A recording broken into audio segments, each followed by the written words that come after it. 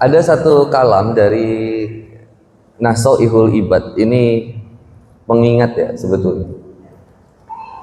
Karya Syekh Imam An-Nawawi Al-Bantan.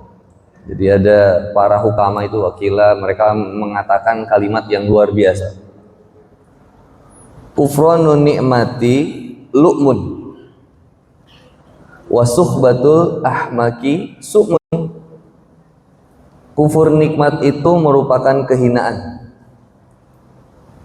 dan berteman dengan orang yang bodoh itu adalah merupakan bentuk kesialan. Rasulullah Muhammad SAW menyampaikan al-ahmaqo isrimil ahmaqo. Jadi hendaklah kamu itu ya tidak berteman dengan orang yang bodoh. Kalau kita lihat ada yang namanya Abu Hakam, julukannya ya Abu Hakam. Tahu nggak siapa itu? Halo, assalamualaikum. Kenapa jadi stres gini ini? Jadi ada yang memiliki julukan luar biasa di tengah kaum kafir Quraisy itu dengan julukan Abu Hakam.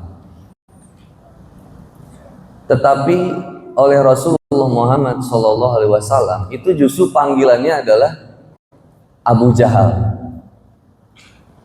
Abu Hakam ya ayahnya orang yang senantiasa bijaksana, dan beliau ini pinter, memang pinter, kaya raya, dan merupakan penguasa. Maka julukannya juga disebut, Amr bin Hisam ini dijuluki dengan kalimat Abu Hakam. Ayahnya orang yang pintar, ayahnya orang-orang yang bijaksana. Tetapi oleh Rasulullah Muhammad SAW justru dipanggilnya sebagai Abu Jahal, atau disebut dengan ayahnya orang yang bodoh, orang-orang yang bodoh. Nah, kita akan lihat ini ada dua sisi cara pandang yang berbeda. Kalau cara pandang yang pertama itu menyebutnya dengan kalimat Abu Hakam karena ya orang-orang kafir Quraisy itu merasa dia itu orang yang bijak. Jadi kalimat-kalimatnya indah. Salah satu kalimat yang belakangan ini indah itu adalah orang yang boikot produk Israel itu orang yang bodoh, tidak memikirkan hak hidup orang banyak. itu kalimat yang indah seperti bijaksana padahal bodoh. Karena ada orang yang non muslim sekalipun itu tetap memperjuangkan boikot Israel meskipun dia bukan seorang yang Islam. Karena mereka senantiasa mengangkat nilai-nilai kemanusiaannya. Atau kalimat yang sering kita dengar ya, semua agama itu sama.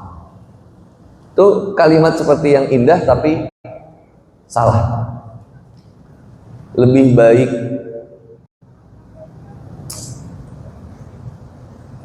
baik tidak berhijab tetapi baik hatinya daripada berhijab tapi busuk hatinya. Kalimatnya kayak yang bijak padahal salah. Pernah lihat gambar ini enggak? Ada seorang wanita enggak berhijab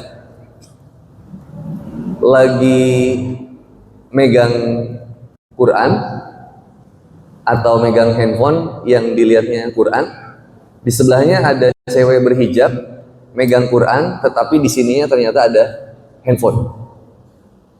Di situ seolah-olah ingin nge-framing bahwa kamu berhijab tapi kamu pura-pura solehah itu dibandingkan sama yang nggak berhijab tapi ternyata sering baca Quran. Itu kayak yang bener. Itu salah satu seperti hal yang bijak. Nah, menariknya pada zaman itu kafir Quraisy itu semuanya mengakui bahwa tidak ada orang yang paling dipercaya kecuali Rasulullah Muhammad SAW. Maka Nabi Muhammad SAW memiliki julukan Al-Amin yang pada akhirnya mendapatkan julukan yang aneh-aneh. Majnun lah, orang gila lah, orang inilah, macam-macam yang sangat menghinakan Rasulullah Muhammad SAW. Tapi penghinaan yang datang kepada Nabi Muhammad SAW itu sedikit pun tidak mengurangi kemuliaan beliau. Dan bahkan tidak menghentikan langkah beliau untuk memberikan kebaikan kepada orang. Tetap beliau itu senantiasa berbuat kebaikan dan membalas keburukan dengan kebaikan. Kira-kira Nabi itu sedih nggak ketika dihina, direndahkan? Itu kira-kira sedih nggak? Halo, assalamualaikum. Kenapa pada stres gini? Udah pada sarapan? Kira-kira Nabi itu sedih nggak? Sedih. Stres nggak kira-kira itu? Yang sampai suatu waktu itu Nabi itu saking lelahnya itu ya bersandar ke pahanya Khadijah radhiyallahu anha, ketiduran, sampai kemudian Khadijah radhiyallahu anha itu meneteskan air mata. Jadi sambil apa sih disebutnya, ngelusin kepalanya suami. Jadi Nabi Muhammad SAW itu ketika ketemu Khadijah radhiyallahu anha, ketemu istrinya, itu setengah masalah hidupnya itu hilang. Ya bedanya sama wanita zaman sekarang, suami pulang ke rumah itu setengah masalah nambah. Itu beda kualitas. Dan perkataannya Khadijah itu menenangkan ketika menyambut suami itu ya, disayangin. Sampai akhirnya Khadijah itu sedih, itu terharu, nangis karena ngebayangin suaminya tuh tiap hari itu keluar dakwah, habis hartanya hanya untuk menyebarkan Islam, mengajak manusia kepada ketaatan. Itu lihat pengorbanannya Nabi Muhammad SAW.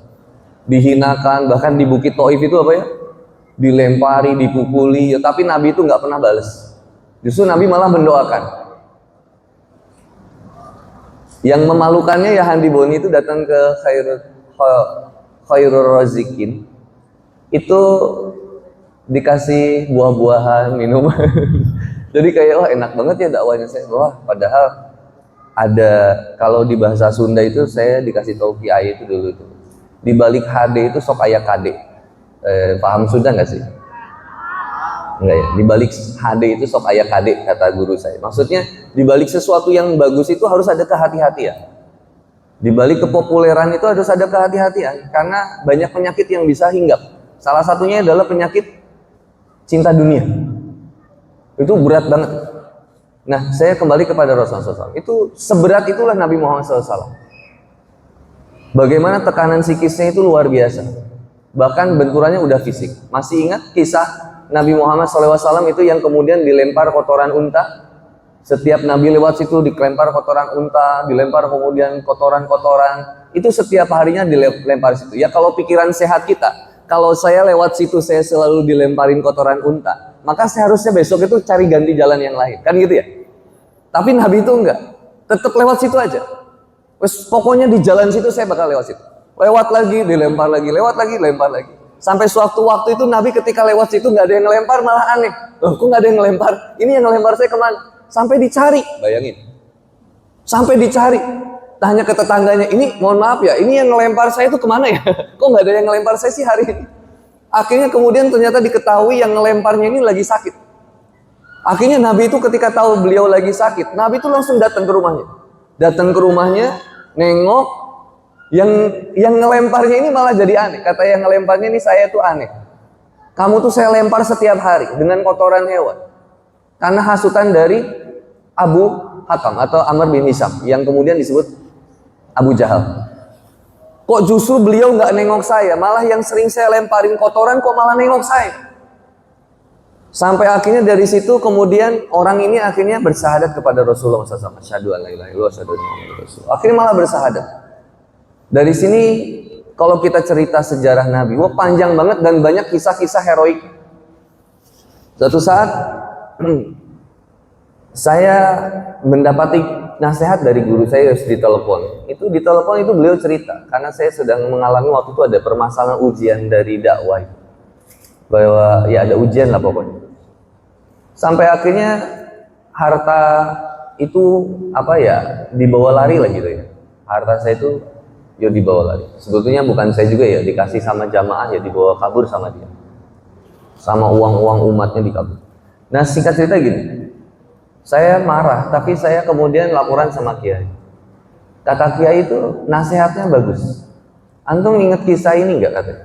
Kisah Rasulullah Muhammad SAW itu sibuk apa ya, nandean itu bahasa Indonesianya apa ya, menadah apa, menampung.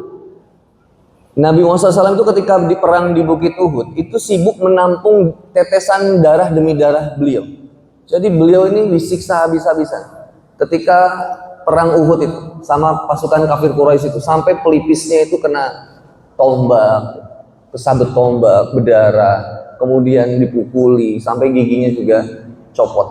Dan Rasulullah SAW itu sibuk menampung darahnya itu supaya tidak menetes ke bumi. Kemudian sahabat itu bertanya, "Ya Rasulullah, apa yang sedang kamu lakukan? Mengapa engkau melakukan itu?"